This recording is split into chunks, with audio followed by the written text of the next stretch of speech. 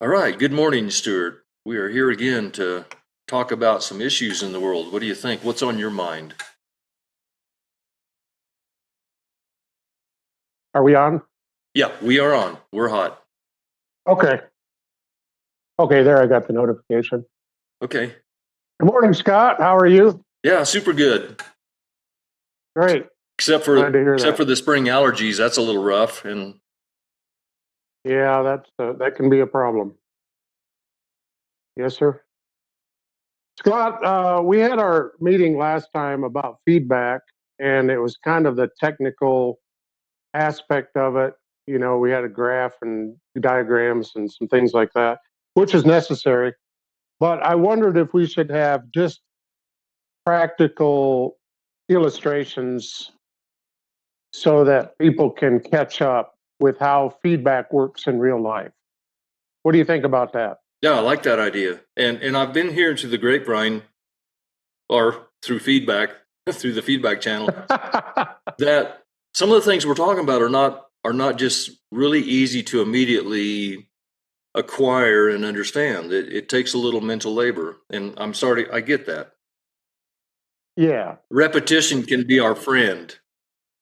repetition is definitely our friend. It took me, I'm a little thick in the upper story here, but it took me a while to catch on. So, But I've had some things on my mind, Stuart, and it's bugging me.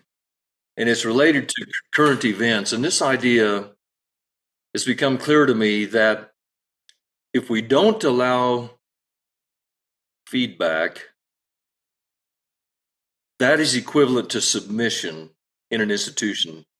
Let me say it again. yeah, An institution that does not allow feedback is simply the same. It's an equivalent statement as saying that we demand submission. It's the same thing because submission is by definition not providing criticism to the system. You are simply going to comply, passively, quietly comply. So you can't have it both ways. If you accept the idea that criticism is necessary for personal growth, which it is, then you cannot at the same time adhere to this idea that unconditional submission is good. Those are mutually exclusive ideas. And I'll let you run with that, Stuart. well, okay. I think there's a lot of reasons why people might not take feedback. One reason might be of ignorance. They really don't know what you're trying to get at with your feedback. They don't know how to apply it in real life. One reason might be because of a communication breakdown. You know, one person thinks that the other person is getting it. I've got a friend who he reads between the lines really well, and then he said, "I told somebody something." He said, "If they'll think about it a little bit, they'll understand what I was saying." There's a pretty good chance they're not going to understand what he was saying like he would understand it because some people don't read between the lines very well. Then there's narcissistic or even a step down from that, super selfish people. Actually, I think, correct me if I'm wrong here, Scott, but I think they operate out of a different reality.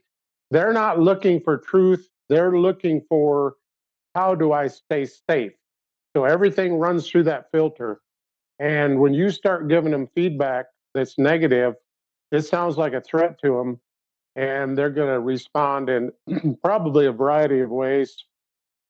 They might practice what we call logical fallacy, an ad hominem, where they disregard your concern and attack your character. That's a default mode for some narcissistic organizations. You can't give them any feedback at all because, okay, supposing I would say something like, well, it looks to me like you could improve in this area. And they say, well, Stuart, why are you so judgmental? They completely eliminate my concern and twist it to attack my character. That's kind of a common. Instantly, a question mark is put over the topic has been changed. The original topic was, here's something that you could make a modification and do better. And then suddenly the switcheroo comes and they're discussing your character, your desire, or your intent of malevolence or ill will towards them, a lack of good faith. And it happens in a second. It happens in an instant. Yeah. Why do they do that? Okay, I think there's a lot of reasons, but it shifts. It's a projection.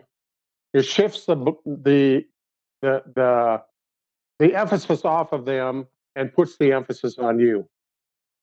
Let's use an example that might clarify what this is all about. Let's suppose that there's a patient in the hospital and they have severe medical problems and they need to go into, let's just make something up here. How about open heart surgery? That'll work. That's pretty serious. Yeah. But they cannot undergo that procedure or that operation until they are stabilized.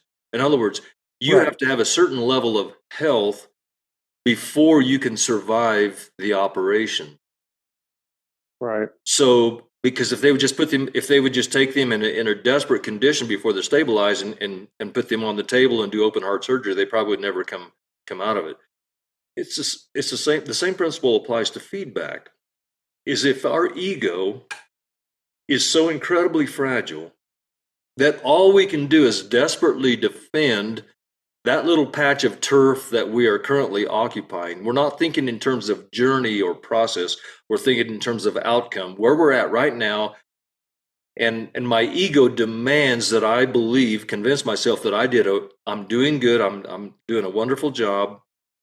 My ego is too fragile to take the hit of feedback. Feedback is, in a sense, that surgical operation where the doctor goes in and makes some adjustments that in the long run will make you better, but you can't handle that. You can't survive that if you're so fragile.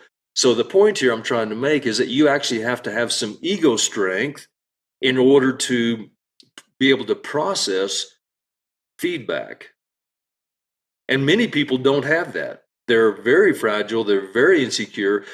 That's another way of saying it. Not being able to accept feedback is simply the markers or the signal that you're insecure and your ego is very fragile. Yeah, the ego, it requires some humility to accept feedback. It requires a lot of humility and some ego strength, as we were just talking about. But here's the deal. You're not qualified for leadership unless you are humble and unless you do accept feedback. Let me even say it more clearly. If you're not humble and you can't accept feedback, you're not a leader. You are positioned to be a tyrant. Because nobody is perfect. And if you actually imagine that you can occupy the position of leadership and not hear the voice of the people that you are leading, you're positioned to become a tyrant.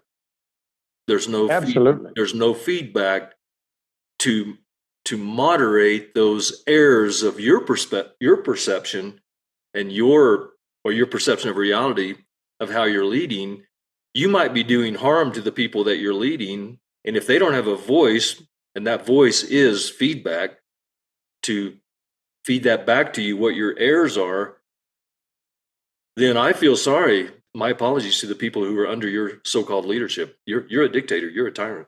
To be a leader, it is incredibly important to be humble, because humble is the apparatus that accepts the feedback. If you're not humble, you don't accept the feedback. So the humility is necessary. The humility enables the feedback, and then you have to be strong enough to accept it without being destroyed. If you've built your whole life on the fact that that you've done good in this one thing, and somebody comes and tells you you didn't do good, your life falls apart. You have to be stronger than that. Irony of life, you might say, that the stronger you are, the more able you are to receive criticism, which means that you even more quickly accelerate towards becoming better. And the more weak you are, the more fragile your ego is, the less you're able to accept feedback, which means that you're stuck there at a very low level of performance. It reminds you of that verse in the New Testament where it says that the person who has a lot, they'll even be given more, and the person who has hardly anything, even that'll be taken away from them. It's kind of in a way, a cruel irony of life. But what it is a stick that is prodding us to get us off top dead center and begin to develop ourselves and deal with our issues. Scott, how much do you think that separation, be it in the family, be it in the workplace, politically, religiously, is a result of someone not taking feedback? Finally, they just part company. Oh yeah, it would be a huge part of it, a huge part of relationships dissolving, because every relationship has to have feedback. None of us actually see reality. We see a perspective, or we see a distortion of reality through our eyes, which isn't actually reality. And the only way to converge towards somebody else's distortion of reality is these constant ongoing processes or loops of feedback. When I went through my consulting course, the coach said everybody has blind spots, and a blind spot is when your impact is different than your intent. And he said the only way to correct that problem is feedback. For instance, I think I'm giving somebody a meaningful compliment, but in their culture, that's a taboo to talk about that certain thing. And so, really, what I've done is I've committed a cultural error, and I don't have any idea. So, the only way I can figure that out or find that out is if somebody takes me aside and said, "Look, that's something that we don't talk about in our culture." And I said, "Oh, okay. I didn't realize." So, to think that I have no blind spots, that's a big error in itself. You can't there is nobody that can see everything perfectly. No. And if you're a person, let's just describe a guardrail here. If you're a person that just reflexively boomerangs back feedback to the sender, return to sender unopened, then you are precisely and technically unqualified to lead anybody or anything. You have to accept that. If you are going to be a leader, if you are going to let other people feel your authority, the imposition of your authority, you have to be humble and you have to be strong enough to accept criticism. Otherwise, again, like I said, you're a tyrant and a dictator. And what that could mean, I think it probably does mean this, is a lot of people are really not qualified to lead. They are basically, at this juncture of their life, they are destined to be followers, to be sheep. And that's okay. I'm not judging that. I'm just saying these are the parameters of being a leader. You have to be humble and accept feedback. Let me here's an example, or it might hit pretty close to home. Suppose that you're a soldier in the military and you believe that, well, I'll describe it in terms of natural law. The right to self-defense is sacred, but the obligation to non-aggression is equally sacred. And so Trump wants to put you on a boat and send you to Iran and have you die on a beachhead in Iran to fight his war. And that's a war that you don't believe in, and you do not accept that that is a defensive act. You are not defending the United States. You are fighting. You're going to go die on a beach in Iran for an ideology that Trump has that you do not share, or maybe he's entangled in blackmail or bribery, and that's nothing to you. That is not your problem. Can you give him feedback? Does Trump have the strength of character to accept feedback from his soldiers that The rich billionaire is going to send young men to die and end their life for an ideology that he holds and they do not share necessarily. Would he accept feedback from him? You can probably read between the lines here and see where my sentiments lie with this. It's a horrific violation of natural law. But our politicians and leaders know nothing about natural law. And that's why they are universally unjust in their decisions. So in a perfect world, Trump would go to the soldiers, the young men who are going to be and women who are going to be sent to die, and say, "How do you feel about this? Is this something that you agree with? Does this agree with your conscience? Or does one blustering billionaire, almost 80 years old, have the right to rule over 330 million people and send the young, the best of the crop, to their death because of an ideology or some idea or entanglement that he has?" You can tell this makes me angry. I just say this: I don't have Trump derangement syndrome like the woke left has. I simply my compass is heading is natural law. That's my true north, and this is a terrible violation of natural law. What came to my mind while you're talking about that is some religious leaders. They refuse to take any feedback whatsoever. Matter of fact, they will twist the story. I recently heard of a young couple who said, "We don't believe in this church anymore. We want to leave so that we can follow Christ according to our conscience." And that man got up in front of the congregation and said, "This young couple doesn't believe in our church and they don't even want to be Christians anymore." You see how he twisted that? He lied and he And resorted to an ad hominem attack by basically shifting it to their character. Two yeah, things: it was a lie and an ad hominem attack, logical fallacy. right. But you said a lot of people don't qualify to be leaders No, they don't. if they can't take feedback. But what I know about human behavior is there are some people who are high in authority and they will gravitate to some sort of a position where they can be in authority. And sometimes those people do not take feedback. That is a tragedy of the human condition, what you've just described there. And I don't know, we are like at a point, I'm troubled in my mind by this. The idea that one man can rule over 330 million people and basically make decisions that lead them to their destruction, or that the priesthood in a church can rule over the minds and conscience of the people without their consent and not accept their feedback. It's like, I don't believe in anarchy. We all have to be governed, but we're almost reaching the end of the workability of this idea that we elect somebody to rule over us. I'm actually troubled in my mind. I don't see a solution. Well, the solution is natural law.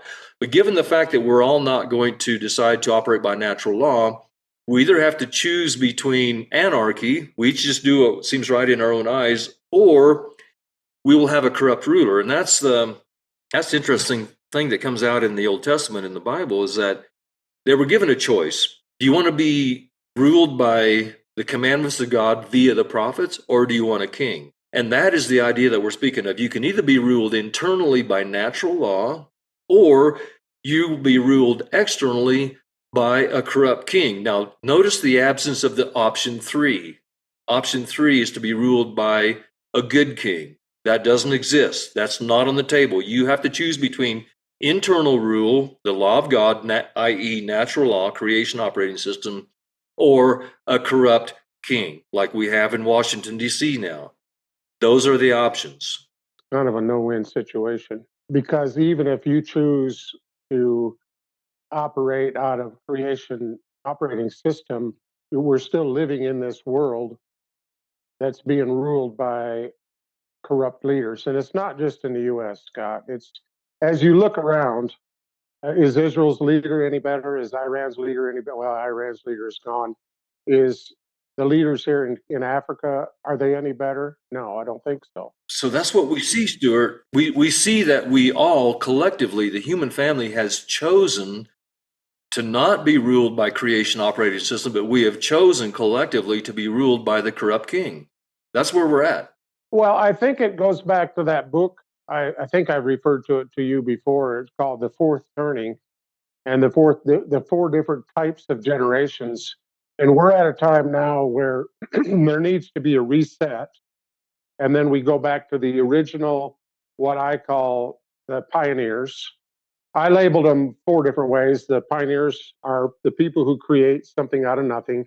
The settlers are the ones who come along and improve new hybrids for animals and crops, better schools, better roads. And then the third generation, I call them the squatters because they typically build their places on the land of the pioneer or the settler. And then the fourth generation are just parasites. They feel entitled. You know, I don't have to work. I deserve school. I deserve this. I deserve that. Then typically everything goes to smash, and then the first generation comes back around, and people say, look, if we're going to have anything, we're going to have to dig ourselves out of the rubble. We got to have a goal. We got to have, we're going to have to work hard, make some plans, sacrifice. And these guys that wrote it was two authors that wrote that book, The Fourth Turning. They said this happens over and over and over and again. About every 100 years, it cycles.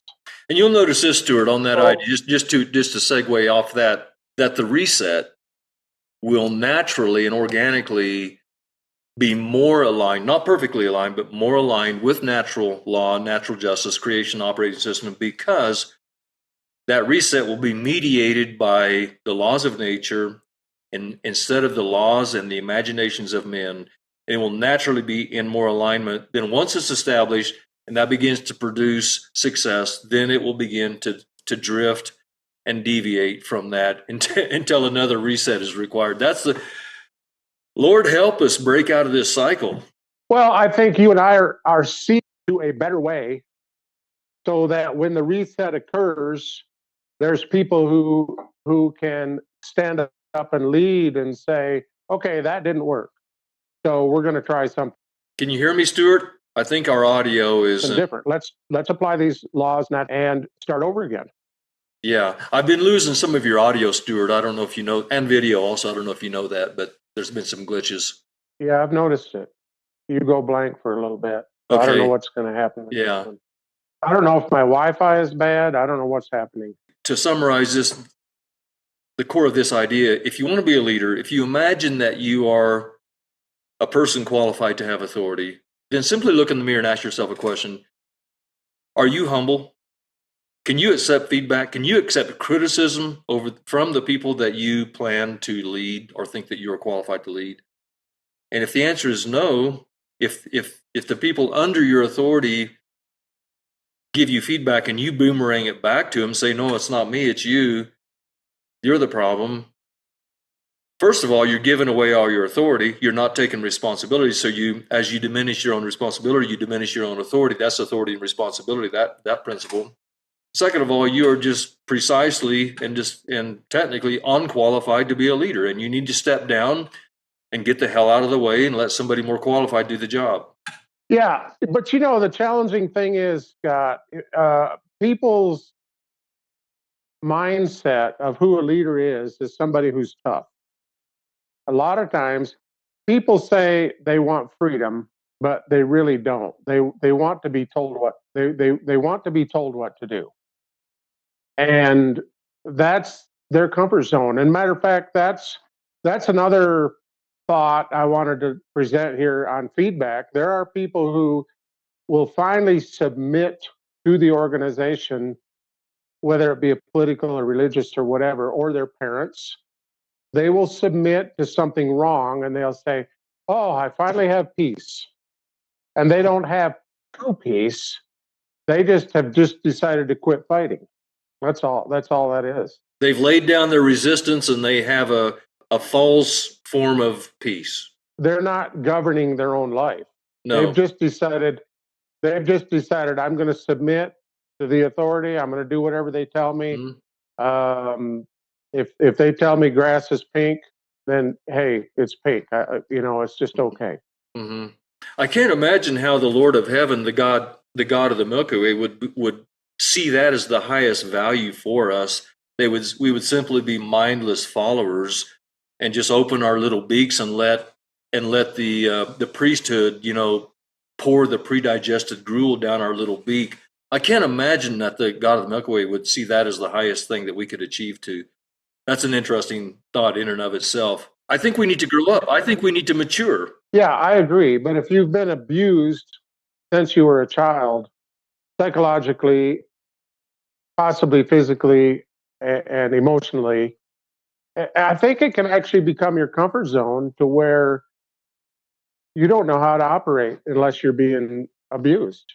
Well, comfort is the enemy of growth, though. So those are like mutually exclusive. So yeah, if you want to be comfortable, kiss your trajectory of growth goodbye. That's the end of that.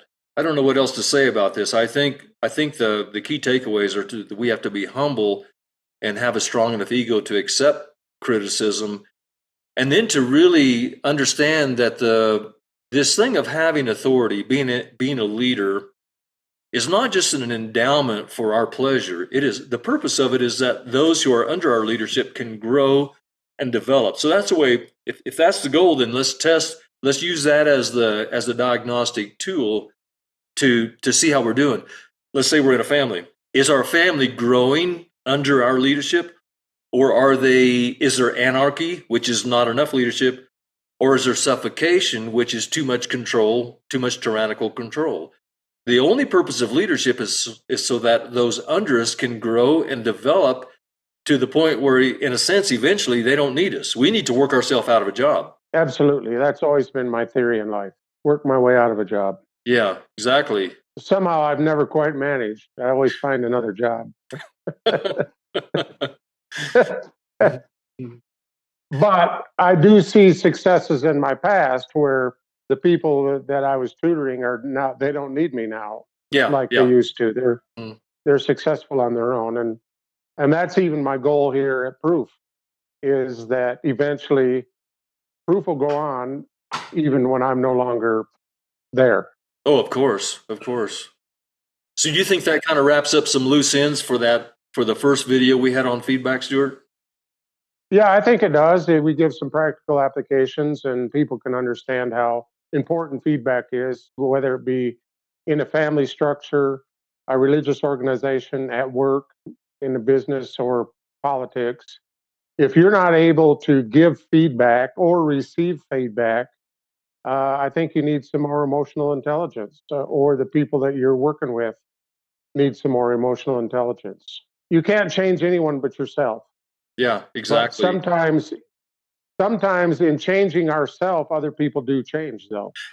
That's right. People get the government they deserve. And so if collectively we would all learn to operate in harmony or in alignment with creation operating system, guess what? Magically, we would have a different kind of government. Ultimately, I've thought about this a lot. Yeah, Ultimately, we get the government we deserve. I mean, it seems a little we unfair, get but really we do. we get the life we deserve. I think maybe I sent that video to you, and it was quite complex. But the guy said, when we learn to govern our emotions and our thoughts, and realize that my reality isn't a conflict, it's a lesson. And we begin to face life that way. This is not a conflict, this is a lesson. Maybe you're learning about how the other person operates, and maybe you need to set some boundaries, and maybe you need to change the way you operate, whatever it is. But when we get to that point, then there's some growth. But if everything that comes up is a conflict and you're not learning anything, you just stay stuck. I'm going to make a little bit more of an excursion into politics than I typically do. And this is related to people get the government they deserve. Both parties, they're it's theater, and each one is tailored to a distinct personality type. There's the progressive type personality type, and there's the liberal or the conservative type. And each party is very accurately tailored to appeal to those two different types. Each have their benefits and their weaknesses. But if we really were in alignment with natural law, creation operating system, we would recognize that both this two-party duopoly is actually two wings of the same bird, and we would not rush to the next election and simply race to the other side of the boat and elect the other side, elect the other side to save us from what happened from the antics of this side. We will, as long as we continue to elect this kind of leadership, and we just ping pong back and forth between in the duopoly, we're stuck with this. So truly, we do get the government we deserve, and if we would all just align ourselves with the Creation OS and just demand honest, non-corrupt leadership, that could change things. So anyway, that's probably about as political as I need to get. It's okay, I think, to talk about current events, and we talked about some of the reasons why people don't take feedback. And I was just listening to a couple commentators talking about Trump, and they said he is so good at understanding timing, and he's gone against his own instincts. So they said, obviously, he's being controlled. He's being which controlled. Is troubling. Yeah, which is troubling. And so he's got himself into a position where he's going against his own feedback. He's going against his better knowledge. And that. Do the math on it, though. Because we have entangled ourselves in something, either through bribery or blackmail, we then use our authority to send young men and women to die? No, that's a problem. That's a problem. There's no question about it. Yeah, he needs to deal with the entanglement, even if it cost him his life. Having the position of president with that level of authority means that if he has entangled himself in bribery or blackmail or something else that I don't know what it is, he needs to actually sacrifice his life as an equivalent response to that level of authority, and not sacrifice the lives of young men and women because of something that he got himself into. That goes back to responsibility and authority. There you go. Take responsibility. Took the words out of my mouth, Stuart. They're all intertwined. Exactly. Yeah. Exactly. You took the words out of my mouth there. That's good. So, all right. I think good discussion. Hopefully we didn't cause too much trouble in the world. No, we didn't. Take care. You too.